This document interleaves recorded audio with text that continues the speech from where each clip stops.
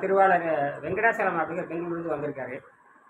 அந்த நீர் மருத்துவத்தின் மூலமாக உணவு இல்லாமல் எப்படி வாழ்கிறது, உணவை தவிர்த்து உணவு பழக்கத்தை, உணவு இல்லாங்கிறது வேறு ஒன்றும் இல்லை, உணவு பழக்கத்தை எப்படி மாற்றி அமைப்பது, உணவு பழக்கத்தை எப்படி மாற்றுறது வந்திருக்காங்க.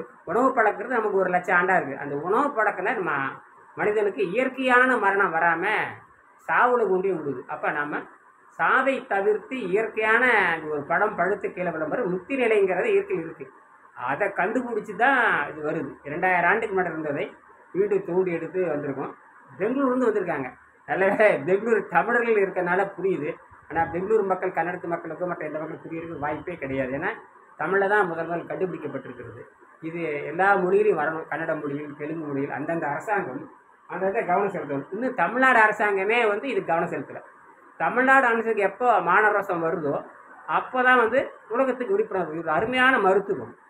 இது எல்லா யூனிவர்சிட்டியும் நான் கொடுத்துருக்கேன். தமிழ்நாட்டில் இருக்கிற அனைத்து யூனிவர்சிட்டிக்கும் அனைத்து அறிவியல் அறிஞர்கள், விண்வெளி அறிஞர்கள், இஸ்ரோ விஞ்ஞானிகள் அனைவரும் கொடுத்துருக்காங்க. இந்த கற்றுக்கிட்டோம்னா நாம் மருந்திலிருந்து விடுதலை பெற்றலாம். ஏதாவது கடுமையான நோய் ஏற்பட்டு கடுமையான சிதைவு ஏற்பட்டால் மட்டும்தான் வெளிக்காயங்களுக்கு நம்ம மருத்துவத்துக்கு போகலாம். உள்காயங்களுக்கு நாமளே மருத்துவம் பண்ணுறது இயற்கை முறை.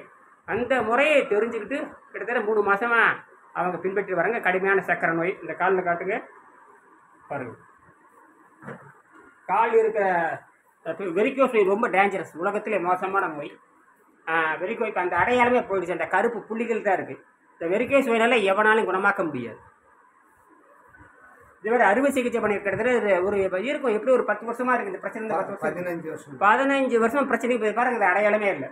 இந்த முட்டியில் எப்படி ஆயிடுச்சு பாருங்கள். உட்காந்து எழுந்திரிக்க முடியுமா உங்களால்? பாருங்கள். இதே வெரிகோஸ் நோய் இருந்தால் ஒரு வினாடி கூட இப்படி உட்கார முடியாது. என்னுடைய எடை 80 கிலோ இருந்தது. உங்கள் எடை இப்போ எவ்வளோ இருந்துச்சு ஆரம்பத்தில்? 76 கிலோங்க. இப்போ 57 கிலோ. அப்போ கிட்டத்தட்ட பார்த்தீங்கன்னா 20 கிலோ விஷம் இறங்கியிருக்கு. இன்னும் விஷம் இருக்குது. இன்னும் 10 கிலோ விஷம் இருக்குது. அறிவுக்கான உடலை தவிர இது கொழுத்த உடல் கிடையாது. அப்போ உயிரை தக்க வைப்பதற்கான உடல் என்னங்கிறது கண்டுபிடிக்க போகிறோம்.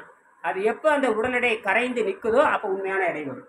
அப்போ நீ இயற்கை மனிதனாக மாறிடுவீங்க, சிறந்த யோகியாக.